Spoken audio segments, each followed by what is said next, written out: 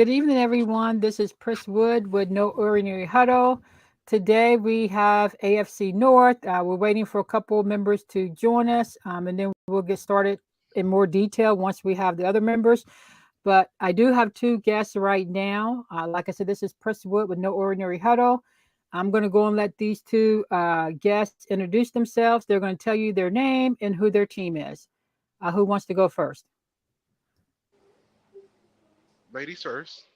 All right, I'll go. I'm Kristi, and my team is the Ravens, Baltimore Ravens. I'm Cornelius. My team is Cincinnati Bengals. Who dey? I may have to get you to sing the song because last time when Jacoby was here, she sang the song. So we might have to get you to do that this time. I ain't singing no songs. Why not? But once again, everyone, this is Pris Wood, and you're joining No Ordinary Huddles podcast. Joining me are members of my Facebook group, National Football Lovers. You can shoot us an invite. We talk about a lot of crazy stuff and have a good time. We're going to go and get into the podcast. Like I said, we have some other members that may be late joining us. If not, you'll catch them the next time they're free to be on. My first question is, tell me the first game that you ever watched. Like the first, whether it's a live game or first game you saw on television, and who was playing. We'll go Cornelius, and then we'll go Kristi. My first game that I've ever watched that I could have a vivid remembrance of watching was actually Dallas Eagles. I'm trying to think. The Eagles had, I can't remember exactly who they had on. It might have been Reggie White at the time, their defensive end. I mean, he was killing them. Oh my goodness, it might have been Reggie White at the time. Okay. What about you, Kristi? My first game that I ever watched was probably Cowboys and Giants when I was a little girl. And then from there, I just always watched football. And once I grew into an age where I could have, an opinion of my own, that's when I became a Ravens fan. And then the first Ravens game I watched was Ravens and I think it was Ravens and 49ers. Okay, we're going to get into that. So I'm just trying to establish when did you change? Yeah.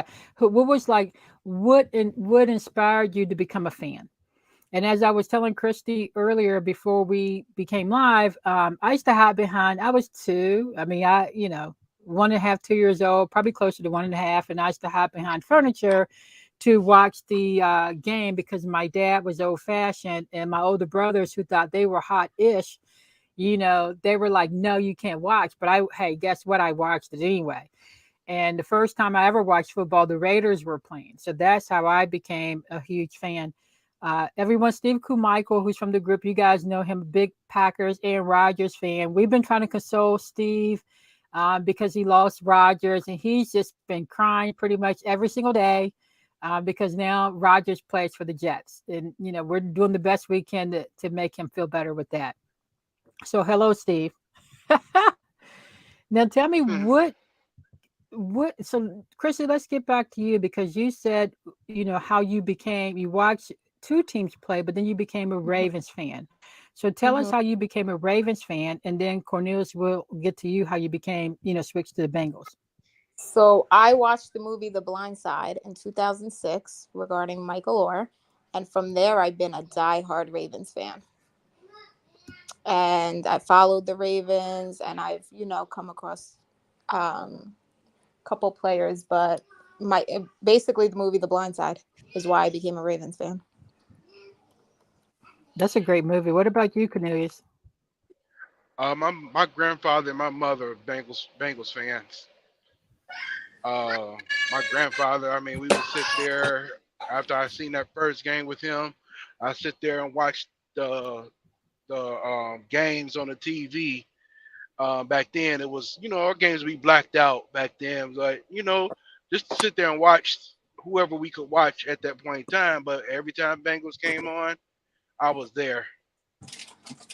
Yes, it's so different now because I remember growing up watching the games. It was pretty much like the Raiders were like always on, and now it really depends upon what area, who's the hot team according to the NFL.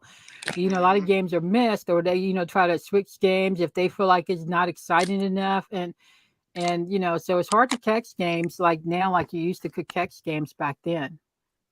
It's completely Yeah. different. So, so what kept you a fan of your team? So we know you started watching it, and that's how you started watching it. But what kept you a Bengals fan? We'll go with Cornelius first. What kept you a Bengals fan? Like, is it a player, organization, tradition? What kept you a Bengals fan? Then we'll get to Kristi. For me, it's not even. It's like all of the above. It's kind of like I had a lot of players that came through the team that I absolutely adored, and loved. Boomer Esiason, Chris Collinsworth, Icky Woods, who Icky Woods is still around the city, um, and it just the whole and just see the team, get revamped and reorganized and be competitive again. Like it's really like it just keeps me coming back. Like I want to be there, in this lifetime, prayerfully in this my lifetime to see them bring home a ring, lift the Lombardi up. Yeah, that would be nice. Boomer was something, man. I remember him. I mean, that was like one of my grown up things watching him play. What about you, Kristi? What made you? I mean, I know you're like a die hard Ravens fan. So, what So what is it about? when we won the Super Bowl in 2013, that everyone was talking about the Ravens, and I was the only one because I grew up in New York, so everyone's either Giants, Jets, or Bills. So I was different. So I love that it was like when you think of Ravens fan, you thought of me. You get what I mean? So that always Yeah. kept me a Ravens fan. Then, it just all started coming together. My uncle was Ray Rice's coach in high school. So then I Oh, met Ray nice. Rice. Yeah, so then I met Ray Rice. Then I met his mom. There's, at one point, I'll tell you the interaction with his mom because it's a hysterical story. But I just always, it was just, I was different from everyone. I wasn't the cliche, oh, you're from New York, you have to like the Giants or the Jets or the Bills. So, and then I just been a diehard fan since. And then once Lamar came on, that was it for me. So, who do you feel like has the better quarterback? We'll go Kristi, then Cornelius. Who's the better quarterback, Burrows or Jackson? Jackson. Burrow, why is that even a Look at question? Lamar. Look at Lamar's stats. Lamar is the highest paid quarterback right now. Burrow. So the Yeah, thing has with paid, the but he Yeah, only wait. also We're reason gonna we're why gonna right now. We're just talking about skill set. We're gonna get yeah into like it's yeah. pay and all Lamar. that stuff in It's a minute. Lamar. We Right could now, put we're just the talking about wait a minute. As far as skills, who is the better quarterback between the Lamar. two? Lamar Okay, could what run. about you, He Cornelius? You're could gonna say throw. Burrows. Burrow, Why without a do you doubt. Burrow? Why do you feel okay? So why do you feel like he's better, Cornelius? Then we'll go Kristi. He's more accurate than Lamar. His passes are way more accurate than Lamar, and just the fact that I give the fact that he doesn't have the legs Lamar has, but he's still elusive. So Burrow had the team to help him. If Lamar had the team to help him, Lamar would be accurate. It's not that Lamar is not accurate, but who is he throwing to? Lamar can run. Well, Well, go if he's ahead. throwing the ball, he Wait a has to minute. be accurate. So Wait a minute. Let her okay, finish. go Why ahead. she feels like he's better. She's saying because he can run, and why else? He so when he like so when Lamar feels pressured, Lamar is going to break records. He won MVP. Lamar has a better I think he has more better accuracy and touchdown than Burrow. I mean, Lamar's the highest paid quarterback right now because of what he has shown for the NFL.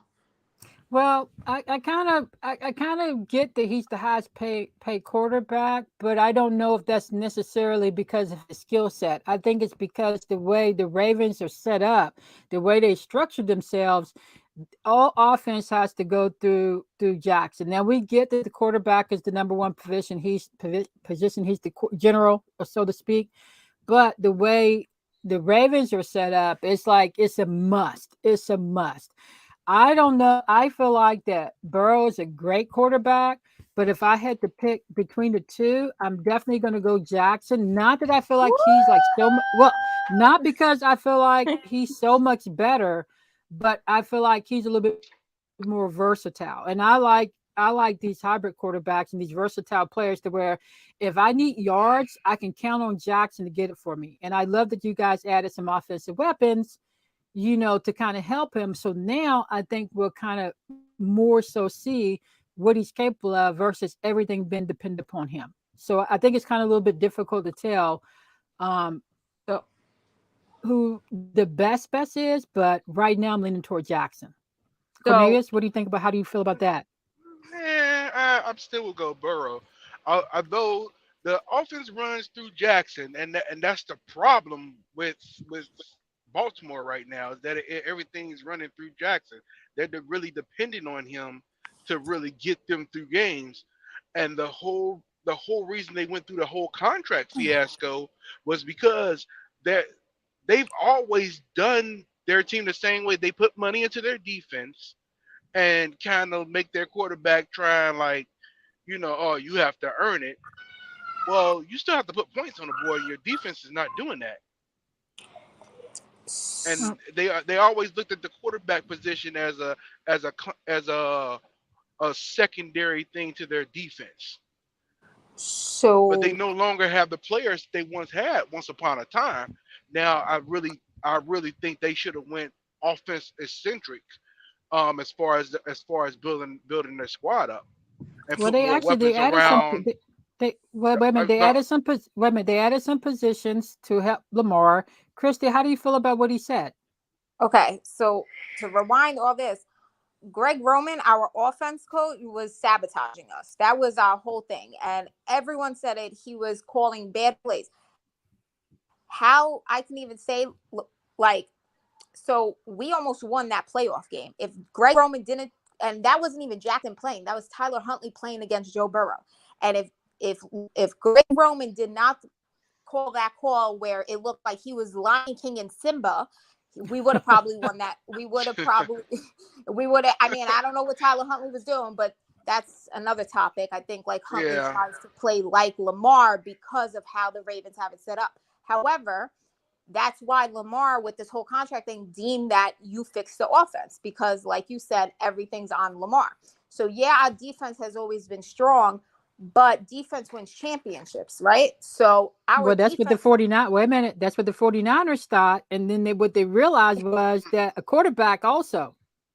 Right. Mm-hmm. So which is correct, but Lamar was hurt, so our defense had to step up, and our defense wasn't stepping up. So I don't even think our defense was that good this year compared to Mark Andrews, who was really helping us big time. So in a way, I think that it was the coaching staff, having Greg Roman, and that's why I think we did a huge turnover this offseason. I mean, and I'm an analyst before I am a fan a lot of times, and had the Ravens put people around Lamar Jackson upon acquiring him, I think offensively the Ravens would have been in a way better position than they are. Than they were last year. I disagree. I'm gonna disagree on that because I think the way Lamar is, I think he needed these years to build. You can't it's okay, if I feel like you're going to be this type of quarterback, I'm going to surround you with these type of players, and you're never going to be in a position to grow.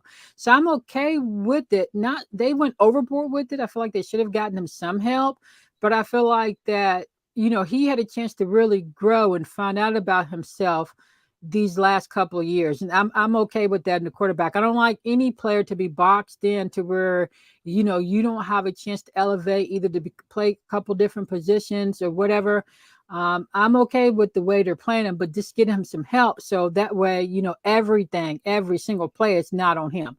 Because once defense can stop him, you're going to be looking ridiculous sitting here with no points on the board. So that's silly.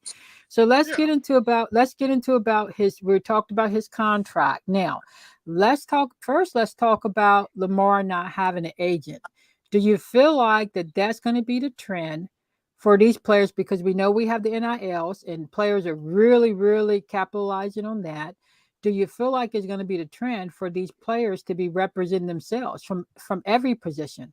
We'll go Kristi and then we'll go Cornelius. So I don't think so, because Lamar got a lot of backlash on it. I think the whole him not having an agent really pushed him back.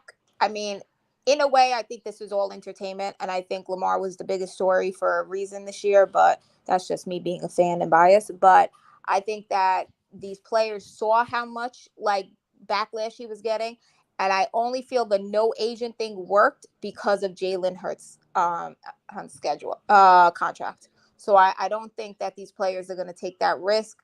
They're going to now go off of an agent will know how to, finagle and, agree and make deals. So I think it was Lamar just being Lamar. And I don't think they're going to want that backlash and, the talk. What about you, Cornelius? I have to agree with her. I think a lot of the players that is coming in. Hello? Coming to the league or not going to take. Hello, can you hear me? Yeah, we can hear you now. It was Hello? like a beep, and yeah, you're here. Okay. You're good. Okay. So yeah, a lot of players are going to come into the league wanting their agent and not have to, go through that same scenario that Lamar went through.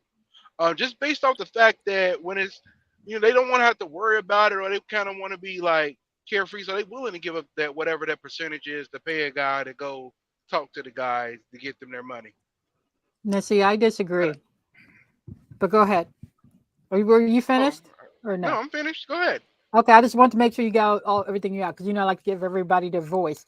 To me, I feel like that it's going to be more players that are coming out that are going to be like, because we have to understand you're already in place with the NIL.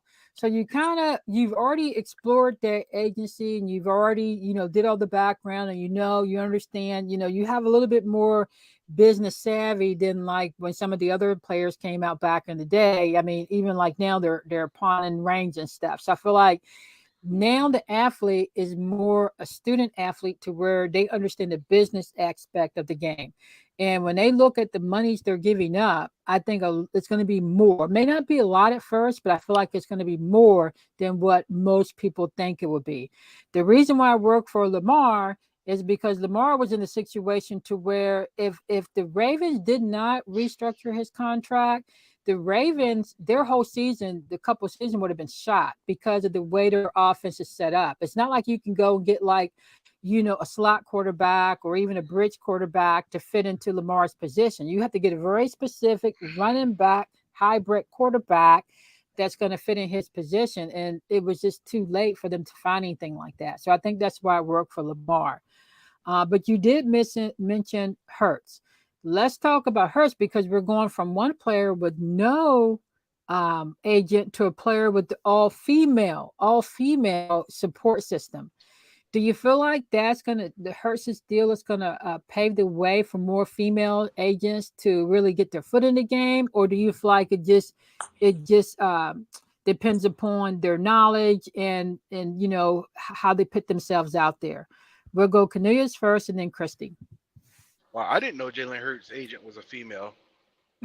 First of all. Oh yeah. But for me, to just now learn that, I believe it would open a door and will get a lot of female agents who have been overlooked a chance to be part of the big show now. Like you have to pay attention and look up and realize who's going to get you in that room, and you cannot overlook them to just say, now I'm gonna go with this guy. I want the person with the best skill and can get me the top dollar for my skill set. Like you can't, and whether female or male. So I don't think, I think those that have been overlooked in the past are now going to get, circled around back to. I think so too. What about you, Kristi? I agree that that's going to I think that with his contract, she's a pretty woman. So obviously, girls have that, are going to attract certain, things. But also I feel like because of his record is the only reason why it got to what it was. I don't think too much it was her. I mean, she knows her stuff. Like, she's a couple people's agents, I believe. But I do think it's going to open up where more, I think, not open up more opportunities for females, but for females to not be scared to come into the NFL world and to come into agents. And, you know, and now guys are going to think like, oh, let me get a pretty female to do this, and I'll probably make more than a regular Joe Schmo doing it for me. But to me, I think it's more, I mean, I think she's beautiful, but I don't want to necessarily put everything on that, because she was like there for him when he was in the league. And I actually remember when he first played and we had a poll in the group, and I'm like, well, no, you have to watch out for her. This is his first year. And I said, next year he's going to come back and surprise you guys. So I think, you know, when you have that agent that's there for you, or that person that's there for you when no one was believing in you, and no one really, you know, was on you in college, and you're like, she's like, no, do this, and do this, and putting everything like that, you know, that's more than a pretty face, because now she's, I think, the VP or president of her agency, because it's like, no, you believe in this guy because you put him, you know, I can have all the best, we know guys and people that have like all the talent in the world, but maybe they're not as savvy to getting themselves in that right spot, and they have someone that makes sure they're in that right spot. And I feel like that's what she's done. And I mean, I applaud her. I mean, I think it's like you said, Kristi, it's definitely going to, if it not open up doors, it's definitely going to make females say, hey, listen, she did it, and look what happened. So I can try it. If it works, it works. So and that's always a good thing. You definitely want to always be the one that reaches back and pulls someone up. I mean, that's why we're here. So then we talked about hers. Now, do you feel like the draft, now, because we talked about the players and what you needed, do you feel like that your draft needs were looked at and addressed during the draft and the trades? Because I actually see that, like, the Ravens, I mean, you guys, when I looked at like the AFC North notes, I mean, you guys were the only ones to really have a good report as far as having positions filled that you need filled. And the Bengals said basically you need offensive weapons because you lost, or there's a bunch of trades that maybe you got different caliber players. So we'll go Kristi. Kristi, do you feel like you're in a good position to where you added those offensive weapons for Lamar? I do. I mean, from the draft itself, yes, but us already having Odell now, I think that sealed the deal. Yes. I think that Zay Flowers is great. The way they got Zay. The one that I didn't agree with was, I forget his name. His father was big football. I always forget his name. His father was a big football player. He's hurt right now, and that's the position we needed. And now he's hurt, so they don't even know if he's starting this season. He had like a torn ACL, but his record did show good. You know, like his college record was amazing. But now it's like, now we're gonna be out. You know, now we're gonna go to a second string, third string. So I am happy though overall with our picks. What about you, Cornelius? I'm very happy with our picks. I was a little disappointed that we didn't address the tight end position earlier in the draft. But I'm happy with the overall picks. We did address some depth needs on the line. We signed Brown to the offensive line, and able to retain Mr. Williams. So I'm happy with our overall need address. I really would have liked to seen a lot more depth at corner. Yeah. Yeah, for us, I mean, we couldn't draft a head coach, so it is what it is at this point, guys. I'm a Raiders fan, and hey, it's just a hot mess. You pick one topic, we need help. Send help, because we seriously do. Now, who do you feel like which team in the AFC North do you feel like is going to get to the Super Bowl first? Bengals.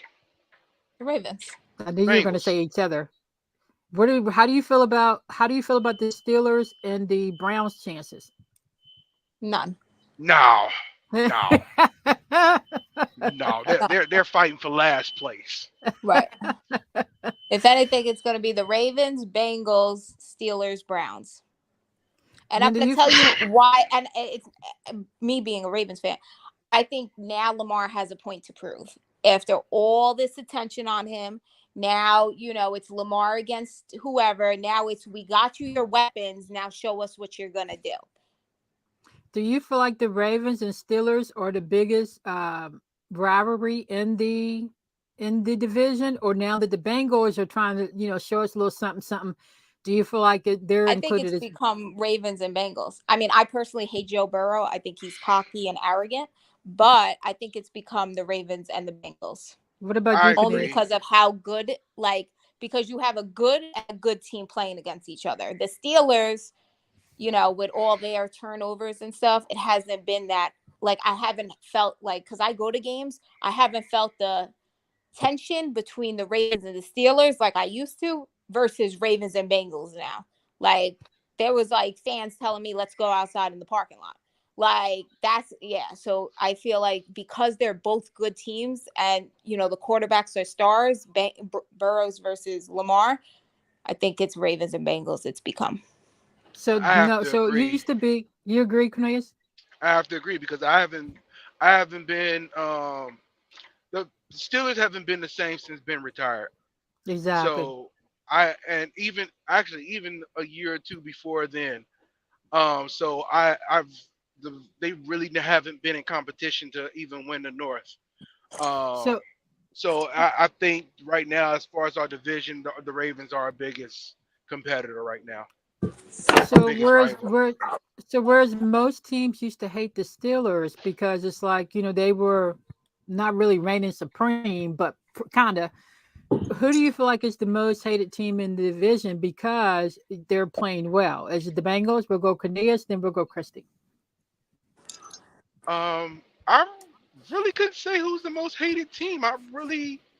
The division is competitive. I couldn't say who is the most hated. Maybe dislike. Hate is a really strong word. I use hate because that's just this. My thing is, it's I dislike the Steelers just because they the Steelers. Right. What about you, Kristi? I would say the Steelers too. I feel like there's respect more for Bengals, Ravens. The Browns, I mean, who really talks about the Browns? I just think it's because of the Steelers, stigma and everything. It's always been the Steelers. So you don't think that Watson is going to change, how the Browns are viewed? I mean, in a good way. I'm not talking about foolishness. I'm talking about. I'm just saying we'll see. I mean, he's never really had a full offensive weaponry to work with. Right. Because the Texans were not trying to put no money into the team at the point in time he was down there. And I honestly, the Browns have always kept a pretty decent offensive line and, decent running backs. So they've always been missing a quarterback. They've always had some pretty decent weapons at wide receiver. And they quarterback component for a long time now. Is Watson an answer? I don't know. Couldn't tell you. But only, we'll see once the weeks start to pass in the regular season. What about you, Kristi? I agree. I mean, I think overall, I don't know, maybe because where I live, the Browns aren't a popular team. When you think of popular teams, I just, and Watson has a lot of feedback, and I just don't think he's gonna have the year that everyone's expecting him. So no, I don't agree. I think he's gonna have the year. I think he's gonna have the year people are expecting him to have, but I just don't think they're gonna get. The support is what. Sometimes you have fans, like us, or we have the Lions fans where they're just diehard no matter what the record is. But I don't mean team like that. I mean, I don't mean year like that. I mean, overall, what people are expecting overall for the team itself. He probably will because of his records and everything. But I don't think it's going to be what. Look, and he's against 3 other teams, strong teams. But that's what I'm saying. That's what I'm saying. So when you have fan support, it's going to make him play better because that's just the way it is. You're going to have the organization tying in to getting him what he needs because the fans are behind him. So it all ties into play. You know, if you don't have fans in the stands, the team is going to be, or why would I be doing all this stuff if I'm not making any money? I mean, so it all comes down to the bottom line. So I feel like that he's going to have the type of schedule, the type of play, and you know he's going to do well, and he's going to do what's expected of him to do in the Browns. I don't think that he's not, but I think that even if he does, the tie in to clean up behind all that, it's going to take some time. And because right now, I think more females watch the NFL. And, you know, and just, you know, it's just a lot of PR, I guess, that he's going to have to really work on that because, I mean, it's a lot. It's a lot. But let's. The thing is, he has to win. Yeah. He has to win. The hands down, the best PR you can get is to be successful.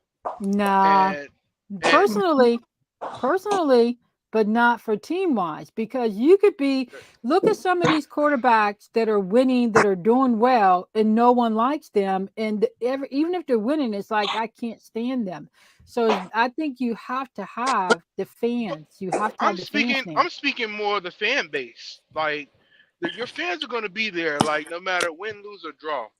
And you might lose. You might not have a person that's a fan of a particular player on the team that they cheer for, but never you start winning games and be competitive in this sport. They're going to support you. They're going to come out and buy tickets. They're going to come out and fill the stands up. I'm gonna disagree on that one, but you know we'll talk about this later in the group because I always do my little polls and stuff like that. So let's talk about fan bases. Who do you feel like, and this is not just the AFC North, which fan base, like if you were to go to if you've been to a live game, which fan base or which team do you not like playing or not like visiting or visiting you or going there because the fans, you know, get a little bit ridiculous with the little shenanigans? Who's that fan base for you? We'll go Kristi, then we'll go Cornelius. I would have to. Well, now it's become the Bengals. I would have to say, like there's a lot of tension between the fans. It used to be the Steelers, you know, a lot of tension, but I do feel like the Bengals fans are diehard fans, and so are the Ravens. And I feel like they, you know, you have two different type of areas coming together. And yeah, I feel like it's been us against the Bengals. What about you, Cornelius? I have to agree. I went to a Ravens game in recent years, and the tension is there, like unbelievably, like man. Because I've been to Ravens games in the past, and it's like a bunch of fanfare, you know, everybody's. But it's like as the teams got better and started being more competitive within, the AFC, the tension has gotten so thick between our two teams. Now, what about the best? What about the best fans? Like, where do you like if you see their name on your schedule? You're like, you know what? I have to go to that game because it's so much fun. Whether you set with the opponent's team or just the whole stadium is just like a blast to be in. Who's the best? So we'll go Cornelius and then we'll go Kristi. I honestly have to say Kansas City. Oh, go ahead. I can't believe you said that. Why? I mean, look, although there's more beef as far as like us, playing them, whatever. But the fans, I mean, they're not Steelers fans, so Steelers fans take a L, go home with an L, and still talk crap on the way out the door. I can't say that about Kansas City fans from my experience. You're saying they're the best? I didn't say they were the best. I just this is for the best. This is for the best. The first question was the worst. Now you see why I said ill. Yeah. The first question was the best fans. That was across the NFL. Didn't have to be in the AFC North. This is like that was the best fans. Now this is like the worst fans. Oh wait a minute. Do I do it? Yeah, you did no, I did it backwards. So this is the best fans. The best fans. Okay, so who is you feel like they're the worst? You feel like KC is the worst? No, Steelers are the worst. And then you feel like the best are KC fans? Yeah, from my experience, yeah. Yeah. I can't even wrap my head. I can't even, Kristi. I look. I've been to several different games, and I'm trying to figure out how to say this real PC. There have been some very belligerent fans at some of these games, at a lot of these games that I went to in person. And out of all the fans, uh, the least, the most tolerable are Kansas City for me. No, I can't even. I'm gonna tell you my experience. What about you, Kristi? I would have to say the 49ers. They're like, because it brings back that Super Bowl memory, it's not like attention what you would think. Like it's fun. Like no one's wanting to kill each other. Like we're not rivals. Like it's just they're fun. Like even when like Christmas Day we're playing them now, like I just feel like it's not a heated game. It brings back memories of that Super Bowl. Now, for me, I'm gonna have to say the worst. I mean, I can't really say the worst fans because I don't know all of you Wait, guys. was that the best fans or the worst fans? I thought this was But the that best was the fans. best. I didn't answer Okay. either question, so I have to say both of mine. I didn't answer either one. So for my personal worst fans, I'm gonna say it has to be the Cowboys because for some reason we don't even play you guys like that. You guys always come for the Raiders fans like every single day, and I feel like devote some of that energy into looking for a new quarterback for one. Just stop. Or KC, because I'm gonna tell you, I was in the subway one time in New York, and I was talking to. I had like Raiders stuff on. I was this lady that started on me because she was Kansas City, and I'm like, talk to me when you catch up. And now it's like, oh, we caught up. I'm like, yeah, but you and the refs caught up because you had to slam Patrick Mahomes and the refs down our throat to get you guys caught up.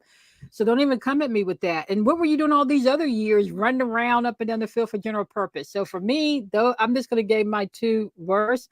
But I agree that there are fans from all fan bases that some of you guys, you do too much. You're not getting paid to do all this stuff you're doing. Stop it. It's ridiculous. It's no, for real. Because I've seen even some of our fan base. Like you see these videos they're posting, and I'm like, why are you guys fighting? I mean, I'm trying to be up in here looking cute, whatnot, and y'all up in here. If I can't wear no heels or whatever, some. So I gotta wear some go in your street clothes. Yeah, right. I gotta be ready to dip and dive, bob and weave, to get out of here. And I just feel like that. I want to see all the fans have understanding that hey, your team, we can be doing whatever during the game, but it's all in fun. We're just here to have a good time and laugh. I want it. Hopefully, it gets back to that, but I don't see it happening. I just don't. This is just ridiculous. Which team that we're talking about the schedule, which team has the toughest schedule this year, do you think? The Bengals, I feel like kind of do, but who do you feel like has the toughest schedule? We'll go Kristi, then Cornelius. From just the AFC? Like just the toughest schedule for your team. Do you feel in your division, who do you feel like has the toughest schedule? Bengals. I feel like we have a pretty easy schedule. Yeah, I feel like that also. We have a tougher schedule than the rest of the division. Like we have some really heavy hitters on our schedule. Well, how do you feel like you guys? How do you feel like you're going to end up for the year? We'll go Cornelius, then Kristi. How do you feel like you're going to end up for this season? 15-2. Oh, I'm sorry. Go ahead. How do you feel like you're gonna end up for the season for 2023? I feel like we're gonna be the division winners. Like, what's the record? I would say, to be fair, 14 wins. 14 wins. Okay. What about you? I'm gonna write this down. I feel like we can do 15-2 or 14-3. Y'all got some pretty. We're gonna see. We're gonna see. Now, with all the stuff that's going on in the NFL and pretty much in the professional sports league in general, do you feel like that mental health needs to be, come back and be a topic? something that needs to be discussed? We'll go Cornelius, then Kristi. As far as mental health, do you feel like that should be part of the contract, or do you feel like it's okay like it is? Or do you feel like that the NFL really, like the NFL doesn't have as many issues as like other sports? I don't know if the NFL has as many issues as other sports, but I it probably would be in the best interest of the NFL to, at least address it.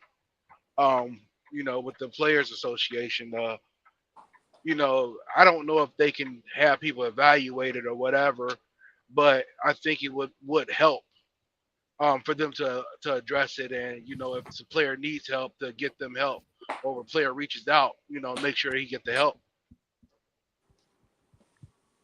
What about you, Kristi? Man, I feel like we're picking on Antonio Brown right now, because of his all issues. But I do feel like, being in the league and all this spotlight, and just in athletes in general, mental health should be checked and addressed, and, do mental health checks. I feel like because of the pressure on them and all the talk and the backlash, the mental health is, it starts to change and jeopardize and stuff. But I do think they should do mental health checks and just, daily, not daily, but at least evaluations. Yeah, I feel like it should be every week to where they're evaluated, because until you put like a timestamp on some of this stuff, you really don't know when they started having these issues. And I think if even like Antonio Brown, you mentioned, I mean, I feel like, whoever was his people, he should have been getting help back when he was at the Steelers. And I said that way back then. You just can't let the guy be out here doing whatever. But just like you said, Cornelius, it's about winning games. He getting these yards and getting these catches and things like that. And people are just letting him go to the wayside because he's making these organizations money. And I feel like that, these organizations need to be held accountable for their, for their players, and stop treating them like commodities and start treating them like people. I mean, that's just my personal opinion with that. I feel like they need to do better with that. Now, speaking about the games this upcoming season, now, Kristi, you mentioned going to games. Do you go to all the games, or what games this coming season are you hoping to go to this year? So I'm going, usually I go opening day. But not this year opening day, because we play the Texans, and I just think that's such a boring game to open up to. I'm definitely going to go to the Bengals. I'm definitely going to go to Steelers. I definitely want to go to, it's the only thing because of Christmas and it's in San Francisco. That would have been an amazing game to go to. But the one game that I am excited that I want to go to is against the Jaguars. I feel like Trevor Lawrence as a quarterback is going to come back better than ever because of what happened last year. And I feel like it's going to be a good competitive game again, because that was my favorite game last year. So now I actually want to go to the game. So I travel to most of the games, especially at Baltimore Stadium, because it's nothing like that. But last year I went to both New York games, Giants and Jets. And so I'm going to go to a couple games, but the you get different feelings for each game. Like Ravens and Bengals, I know the tension's going to be high. I know, the excitement, the adrenaline. The Ravens and 49ers, it's like Super Bowl, like I said. Okay. What about you, Cornelius? I know you're in the vehicle. What about you? I would love to go to the Kansas City game. I always look forward to the division games because they're always even, they're competitive. The interdivision games are always competitive, so I love seeing those games. Yeah, that's pretty much it on the list of games I would like to go to. And I had some optional games, but Yeah. those were definitely the division games and Kansas City.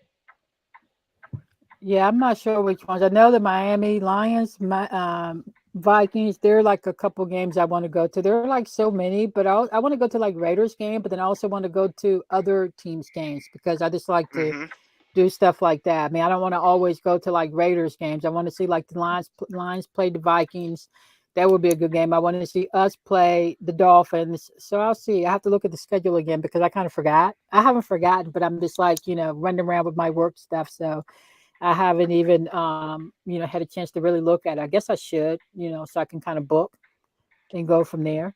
Now, I know, Cornelius, you're on the road, so we're going to wrap up a little bit earlier. I definitely want both of you to come back on another show. But before we go, is there anything that I didn't discuss tonight that you want to talk about? I know this is supposed to be a rival show. We were going to talk to some Steelers and some Browns fans, but really you feel like these two teams are the better rival. So is there anything that you wanted to discuss that I didn't bring up tonight? We'll go Kristi first and then Cornelius. No, I think that we covered everything. I do love the topic of the whole Lamar Jackson contract, and of him, what happened last year, how he didn't come to the Bengals playoff game. Do you think it was out of spite, or do you think he was really hurt? I feel like Lamar Jackson is now the face of the Ravens. So definitely just hearing other people's opinions about this whole contract thing, excites me and gets me going. But I mean, pretty much was, we covered a. Yeah, I feel like Lamar's been the face of the Ravens. I think he's even more so now because I know, like, as far as the fan base goes, I know he's like the player that a lot of people travel just to come and meet him. So I feel like that he's really coming into his own. So we'll see how he does this upcoming season because we really don't know. Now Odell will help. So now that he's really having a good supply of offensive weapons, we'll see what he does now. What about you, Cornelius? I'm sorry. What was the question again? Is there anything that I didn't bring up that you want to discuss? I was saying that I know we were, going to have some Steelers and Browns to talk about, the rivalry, but now it's more so like you two are more of a rivalry. So is there anything I didn't bring up that you want to discuss? No, we pretty much touched a little bit on everything. I look forward to seeing the Bengals offensive line stay healthy this year. Jeez, if Bengals line stay healthy, I'll be a very happy guy, and production go up for Joe Burrow and the crew. And love to see this defense get the rocking this year and do better in some categories. In 1/4 mile. We'll see now. What is your message for the? Okay, we'll go Cornelius and then Kristi, then we'll sign off. But what is your message for the rest of the AFC North? We'll go Cornelius and then we'll go Kristi. We coming from the top, baby. We coming to win it. Going for that number 1 seed this year, baby. Let's get it. What about you, Kristi? Super Bowl's ours. Good luck to all the other teams. No, I don't believe all that. Well, I don't think it's going to be the Raiders. Unfortunately, we need a head coach, so that is what it is. But everyone, thank you for joining us tonight. I have Kristi from the Ravens fan and Cornelius. He is a Bengals fan. Thank you for joining us. This is Pris Wood. These are members of my Facebook group, National Football Lovers. I'm definitely going to have them back on a different show so we can go more into detail about their teams because now we've established that the Ravens and Bengals are they're turned into another rivalry whereas was the Ravens and Steelers. So I definitely want to invite them back. Thank you again for joining us and have a good night. Talk to you soon. Thank you. All right. Bye.